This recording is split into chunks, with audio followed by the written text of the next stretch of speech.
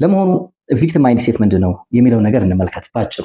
ስለ ቪክቲም ማይንድሴት ስለሆነ የምናወራው ሳናውቀው የሚያመሰቃቅል እንዲሁም ደግሞ ብዙ ነገሮችን ሞክረን እንዳይሳካልን አቅመ ቢስ የሚያደርግ ተስፋ የሚያስቆርጥና በተደጋጋሚ እኛ ላይ ችግሩ ከመድረሱ የተነሳ በህይወታችን ላይ ተስፋ ቆርጠን አቅም አጥተን ያሰብነውን ነገር እንዳናሳካ ወይም ያቀድነውን ነገር እንዳናደርግ የሚያደርግ ሁልጊዜም የራሳችንን ችግር የራሳችንን ጥፋት እየደበቅን ሌሎችን ሰዎች ተጠያቂ እያደረግን ወይም ደግሞ ሌሎች አካላትን ብቻ ወቃሽ እያደረግን እንድንኖር የሚያደርግ የስነ ልቦና አይነት ነው። አደገኛ የሆነ ሰዎችን ስኬታማ እንዳይሆኑ በጣም የሚጥላቸው ነገር ወደኋላ የሚያስቀራቸው ነገር መጥፎ የሆነ በሽታ ነው ቪክቲም ማይንድሴት። ቪክቲም ማይንድሴት ማለት ምን ማለት ነው የሚለው ነገር ባጭሩ ስንመለከት ቪክቲም ማይንድሴት ማለት ሰዎች በተለያየ አጋጣሚ በደረሰባቸው ችግር ምክንያት አቅማቸውን ሲያጡና ለደረሰባቸው ችግርና መከራ ደግሞ ሌሎች አካላትን የደረሰባቸው ችግር በሌሎች አካላት ምክንያት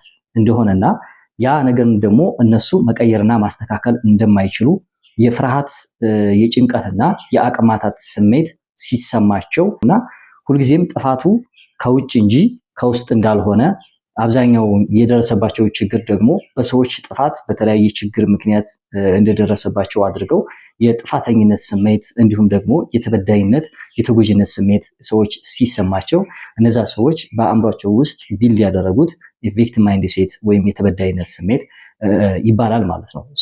የተበዳይነት ስሜት ሰዎች በተለያየ አጋጣሚ ወይም ደግሞ በተለያየ ችግር ምክንያት ያን የደረሰባቸውን ችግር ግን ከመፍታት ይልቅ በዛ ያንን ችግር ለረጅም ጊዜ በማሰላሰልና በማሰብ የአቅም ማጣትና የፍርሃት ስሜት እንዲሁም ደግሞ የደረሰብኝ ችግር ሁሉ ከውጭ አድርጎ ሌሎችን ተጠያቂ በማድረግ ያንን ችግር ለመፍታት አቅም የማጣት እና የተጎጂነትና የተበዳይነት ስሜት ይሰማቸዋል ማለት ነው። ያ የተጎጂነትና የተበዳይነት ስሜት በአእምሯቸው ውስጥ እያደገ ስር እየሰደደና ከቀን ወደ ቀን አእምሯቸው ውስጥ በተመላለሰ ቁጥር ምን ይሆናሉ ማለት ነው?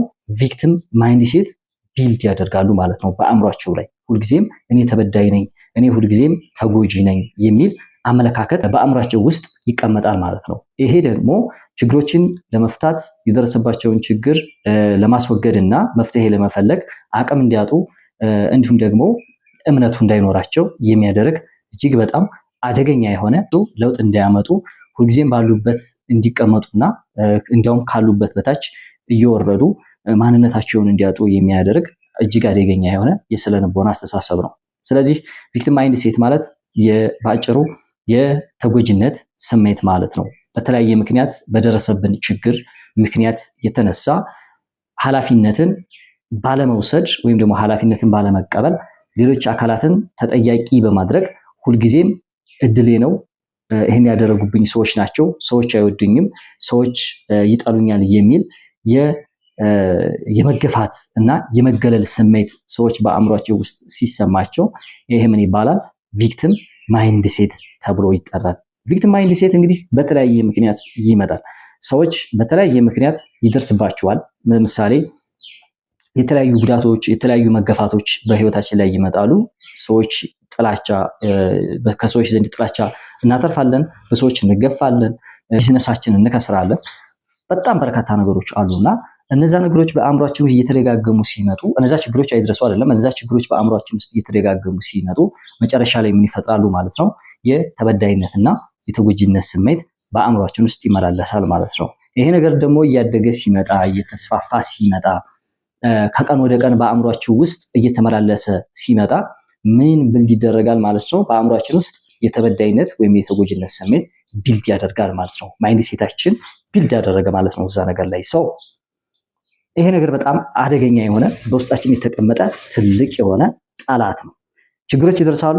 እነዛን ችግሮች ከመፍታትና ችግሩን ተቀብሎ ኃላፊነት ወስዶ ችግሩን ከመፍታት ይልቅ ሁልጊዜም ሌሎችን እየወቀሱ ሌሎችን እያማረሩ ለደረሰብኝ ችግርና መከራ ተጠያቂው እኔ ሳልሆን ሌሎች ሰዎች ናቸው በሚል በአእምሯችን ውስጥ ሁልጊዜም የተበዳይነት የተጎጂነት ስሜት እንዲሰማን ማድረግ የሚችል በስራችንም ላይ ደግሞ አቅም እንድናጣ ማድረግ የሚችል ትልቅ የሆነ አደገኛ የሆነ የአመለካከት ነው ወይም ደግሞ የማይንድሴት ነው። በአእምሯችን ውስጥ ሰረጸ ማለት ወይም በአእምሯችን ውስጥ ቢልድ ከደረገ ማለት ማይንድሴታችን ቢልድ ያደረገ ማለት ምንም ነገር ለማሳካት ሽባ ነው የምንሆነው።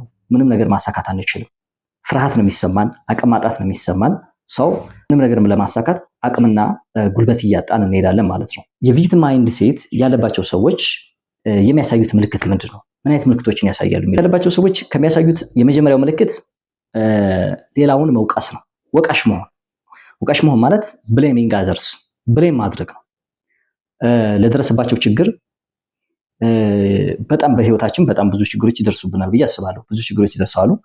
እነዛ ለደረሱባችን ችግር ወይም ደግሞ ለተከሰቱብን ችግሮች በፍቅር ህይወት ሊሆን ይችላል፣ በንግድ ሊሆን ይችላል፣ በቢዝነስ፣ በትምህርት እንዲሁም ደግሞ በማንኛውም ነገር ላይ በህይወት ላይፍ ሳይክላችን ላይ ለደረሱብን የተለያዩ ችግሮች ወይም ደግሞ ውድቀቶች ሊሆን ይችላል ብሌም ማድረግ ማለት ነው። ሌሎችን ሰዎች መውቀስ ማለት ነው። ያ ማለት ወቃሽ መሆን ማለት ነው። ተጠያቂው እኔ ሳልሆን ሌሎች አካላቶች ናቸው ብሎ ሌሎችን መውቀስ ነው። ያ እንግዲህ የሚወቅሱት አካል ቤተሰብ ሊሆን ይችላል፣ ጓደኛ ሊሆን ይችላል፣ መንግስት ሊሆን ይችላል፣ ሀገር ሊሆን ይችላል። ስለዚህ ቪክቲም ማይንድ ሴት ያለባቸው ሰዎች ከሚያሳዩት የመጀመሪያው ምልክት ወይም ባህሪ ብሌሚንግ ነው፣ መውቀስ ነው፣ ወቃሽ ነው የሚሆኑት። ሁለተኛው ምሬትና ቅሬታ ነው ወይም ኮምፕሌኒንግ ነው። ያ ማለት ምንድነው? ችግሩን ከመፍታት ይልቅ ስለ ችግሩ ደጋግሞ ማውራት፣ ቅሬታና ማማረር ኮምፕሌኒንግ ነው። ኮምፕሌን ያደርጋሉ። ምክንያቱም ያደረሰባቸውን ችግር ኃላፊነት ከመውሰድ ይልቅ ምንድነው የሚያደርጉት? ሌሎች አካላትን ተጠያቂ በማድረግ እንዳልኳችሁ ስለ ችግሩ አሁን ችግር በተለያየ ጊዜ ይደርሳል። ሰዎች ላይ የተለያዩ ችግሮች የተለያዩ ውድቀቶች ያጋጥሙናል። ሰው እነዛ ችግሮችና ውድቀቶች ከማማረር ይልቅ ወይም ደግሞ እነዛ ስለ ችግሩን አይቶ ችግሩን ከመፍታት ይልቅ ምንድነው የሚያደርጉት? ስለ ችግሩ እያወሩ ችግሩን ማውራትና መደጋገም ወይም ደግሞ ማማረር ይቀናቸዋል። ሶስተኛው ቪክቲም ማይንድ ሴት ያለባቸው ሰዎች የሚያሳዩትን ምልክት አቅም ማጣት ነው። አቅም እንደሌለው ማሰብ ነው። ሄልፕለስነስ እንለዋለን።